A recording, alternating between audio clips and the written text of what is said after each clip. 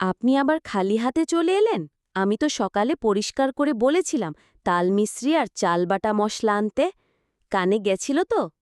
হ্যাঁ গো, গেছিল, কিন্তু বাজারে গিয়ে মনে থাকল না আর। টমেটো, আলু এসব দেখতে গিয়েই মাথা গুলিয়ে গেল।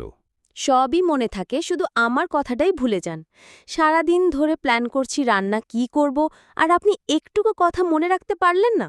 এখনই যাই, দোকানগুলো এখনো খোলা থাকবে, গিয়ে নিয়ে আসি।